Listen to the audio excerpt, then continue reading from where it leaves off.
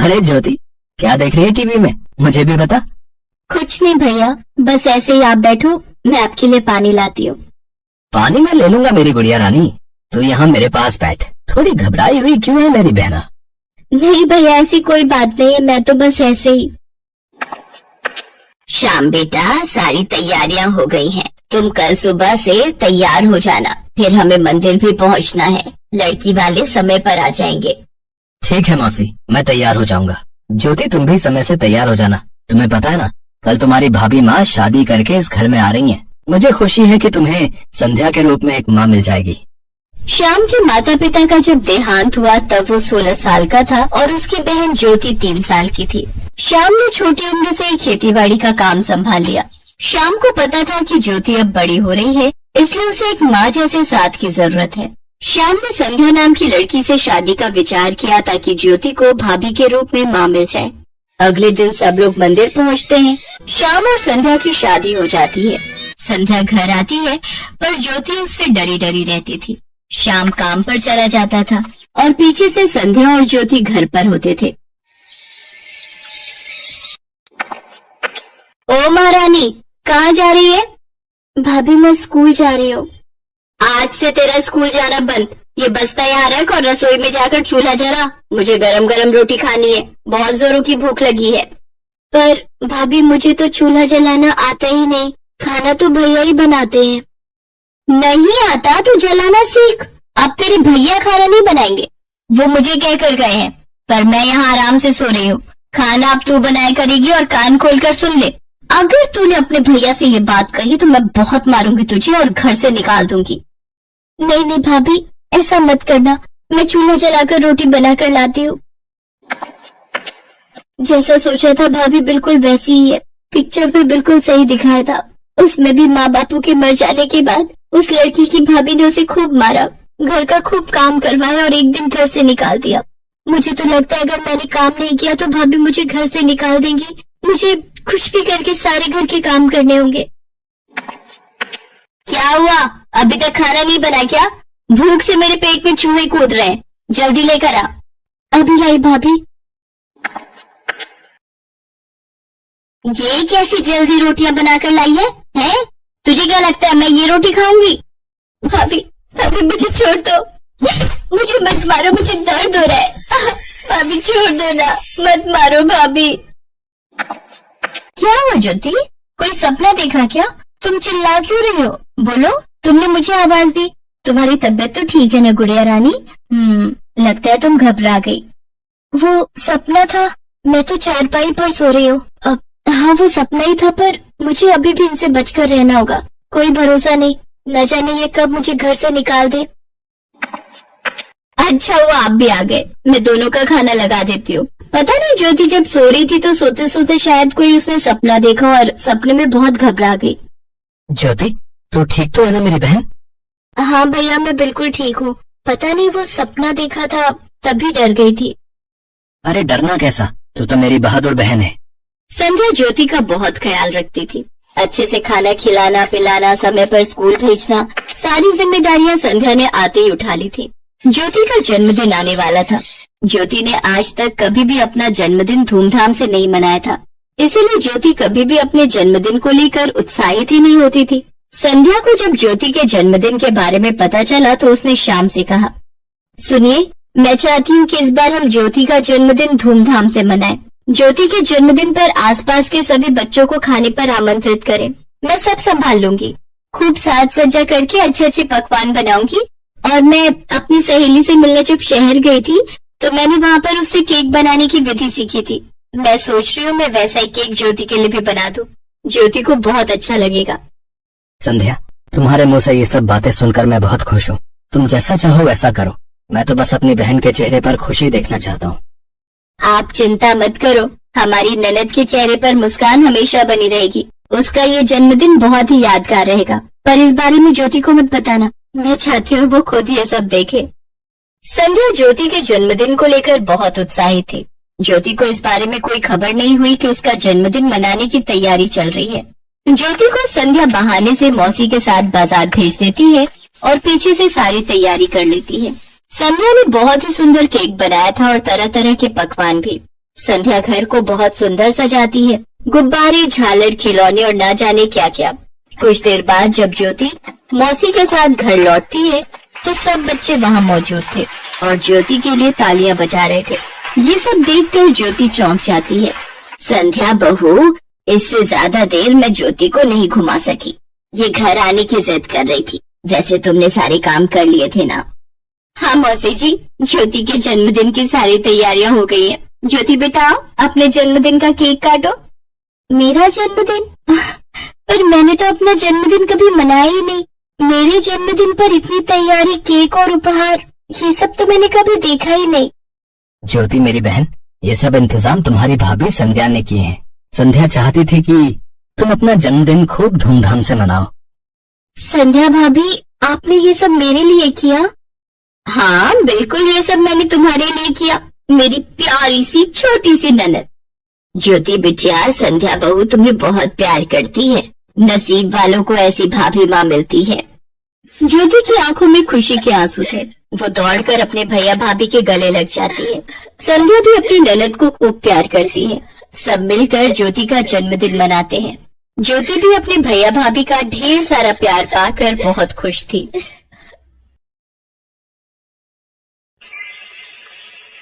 मानसी एक बहुत ही गरीब परिवार की लड़की थी। उसकी माँ शोभा घरों में चौका बर्तन का काम करती थी। मानसी के पिता गिरधर को शराब पीने की गंदी आदत थी।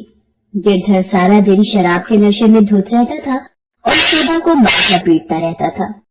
एक दिन, बापू, माँ को मत मारो, माँ सारा दिन काम करती है और थकी हारी घर आती है। कुछ दिनों से माँ के पैरों में भी बहुत दर्द है, माँ को छोड़ दो बापू। सामने से हटती है या तू भी अपनी माँ के साथ पिटना चाहती है? चल हट सामने से। दोनों माँ बेटी ने जिंदगी खराब की हुई है। अब जब तक बोतल अंदर नहीं जाएगी कलेजा ठंडा नहीं होगा मेरा। मानसी रोने लगती है। शोभा मानसी को संभालती हुई खुद भी रोने लगती है। मानसी, मेरी बेटी, तू अपने बापू से कुछ मत बोला कर। मेरी बच्ची, अगर तुझे कुछ हो जाता, कहीं चोट आ जाती तो मैं अपने आप को कभी माफ न करती। मेरी बच्ची, चुप हो जा। माँ, बापू तुम्हारे ऊपर हाथ उठाते हैं तो मुझे अच्छा नहीं लगता। बापू हमें बिल्कुल प्यार नहीं करते। मानसी, दुखी मत हो, सब ठीक हो जाएगा। चल, मैं तुझे रोटी बनाकर देती हूँ। मानसी 9 साल की एक छोटी बच्ची थी। उस मासूम पर हाथ उठाते उसके पिता को लज्जा नहीं आती थी। शोभा के पैरों में अब ज्यादा दर्द रहने लगा था। एक दिन, माँ, आप काम पर जाती हो, थक जाती हो, मैं पैसे कमाकर आपके लिए अच्छी सी दवाई ला दूंगी। मेरी बच्ची, अभी तो बहुत छोटी है, अभी तेरे कमाने की उम्र नहीं है। जब तू बड़ी हो जाएगी तो खूब पैसे कमाना। अच्छा सुन, मैं काम पर जा रही हूँ, तेरे लिए चटनी रोटी बना दी है तो खा लेना। मैं भी अपनी माँ की मदद करना चाहती हूँ। मैं भी पैसे कमाऊंगी और माँ की दवाई लाऊंगी। माँ जब शाम को आएंगी तो उन्हें पैरों पर दवाई लगा दूंगी, उनको दर्द में आराम मिल जाएगा। मानसी पैसे कमाने निकल पड़ती है। वो बाजार पहुँचती है। मानसी एक दुकान पर जाती है। भैया, मुझे अपनी माँ की मदद करनी है, क्या आप मुझे काम दोगे?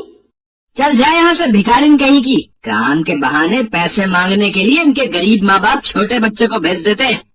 मानसी बाजार में घूमती हुई दुकानदारों से काम मांगती है, पर सब मानसी को मना कर देते हैं। तभी मानसी की नजर एक भिखारिन पर जाती है।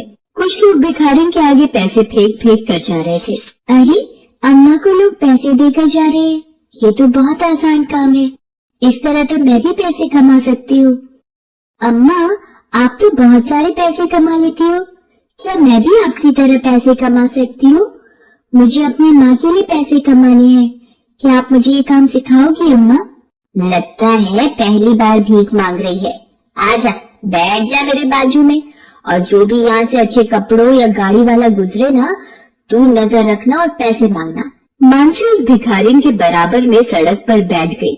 लोग आगे से गुजरते तो मानसी के आगे सिक्के फेंक जाते। मानसी ये सब देखकर बहुत खुश थी। वो मासूम ये नहीं जानती थी कि लोग उसे भीख देकर जा रहे हैं। लोगों की नजरों में वो उस वक्त एक भिखारिन थी। सुबह से शाम तक मानसी वहीं बैठकर भीख मांगती रही। तभी एक बूढ़ा व्यक्ति उसके आगे सिक्के रखकर निकला तो अचानक मानसी चिल्लाई, अरे बाबूजी, आपका बटुआ गिर गया। क्या हुआ बेटे? क्यों आवाज लगा रही हो? मैंने तुम्हें पैसे दे तो दिए। बाबूजी, जब आप मुझे पैसे दे रहे थे, ये बटुआ आपकी जेब से गिर गया था। इतनी छोटी मासूम बच्ची भीख मांग रही है, पर क्यों? ये तो बहुत ईमानदार बच्ची दिखाई पड़ती है। अब बेटी जरा सुनना। क्या हुआ बाबूजी? बेटी, भीख मांगना अच्छी बात नहीं होती। तुम बहुत अच्छी बच्ची हो। क्या नाम है तुम्हारा? तुम भीख क्यों मांग रही थी बच्चे? बाबूजी, मेरा नाम मानसी है। मेरी माँ को पैसों की जरूरत है। मुझे अपनी माँ को पैसे देने हैं, इसलिए मैं लोगों से पैसे ले रही थी। बेटी, अभी तुम्हारी पढ़ने लिखने की उम्र है। जब तुम बड़ी हो जाओगी तब हो पैसा कमाना है। तुम्हारा घर कहाँ है? चलो मैं तुम्हें घर छोड़ देता हूँ। तुमने मेरा बटुआ खोने से बचा लिया। अब मेरा भी कुछ फर्ज बनता है। अब मुझे तुम्हारे माता पिता से मिलना है। मानसी उन बूढ़े व्यक्ति को घर ले जाती है। तभी गिरधर शोभा से रुपए छीनकर गुस्से में घर से बाहर जा रहा था। वो गली के नुक्कड़ पर पहुंचा ही था कि ये तो बापू है। क्या हुआ बापू? माँ, बापू बेहोश हो गए। बाबूजी, ये मेरे बापू है। देखो ना मेरे बापू कैसे गिर गए। मानसी की आवाज सुनकर शोभा दौड़ती हुई आती है। क्या हुआ आपको? क्या हुआ? कुछ तो बोलो। मानसी के बापू, क्या हुआ? शोभा और मानसी रोने लगती है। मानसी के साथ आए बूढ़े व्यक्ति ने आस पड़ोस के लोगों से कहा, इन्हें जल्दी से उठाओ और अस्पताल ले चलो। तब मिलकर मानसी के पिता के अस्पताल ले गए। वहाँ डॉक्टर ने मानसी के पिता का चेकअप किया। देखिए, ये सब ज्यादा शराब पीने की वजह से हुआ है। अगर दोबारा शराब को हाथ भी लगाया तो इनकी जान को खतरा है। ये शराब बहुत बुरी आदत है। इसके नशे का शिकार होकर न जाने कितने घर बर्बाद हो गए।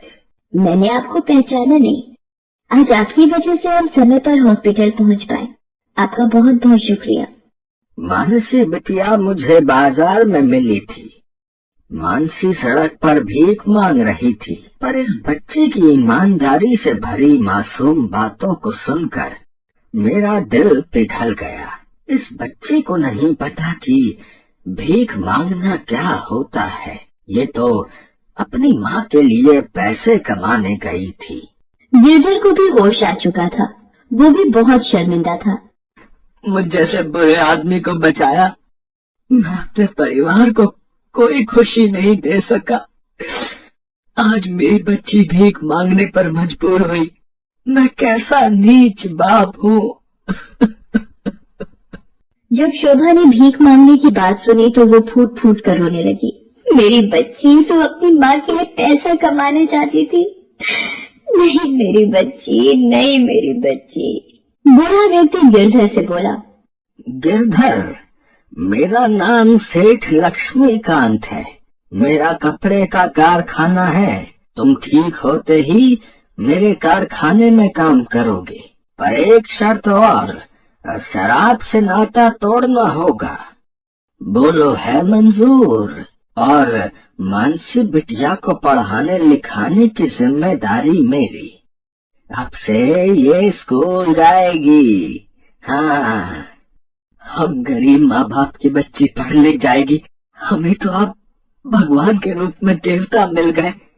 मैं वादा करता हूँ कि आज के बाद शराब को कभी हाथ नहीं लगाऊंगा, कभी हाथ नहीं लगाऊंगा।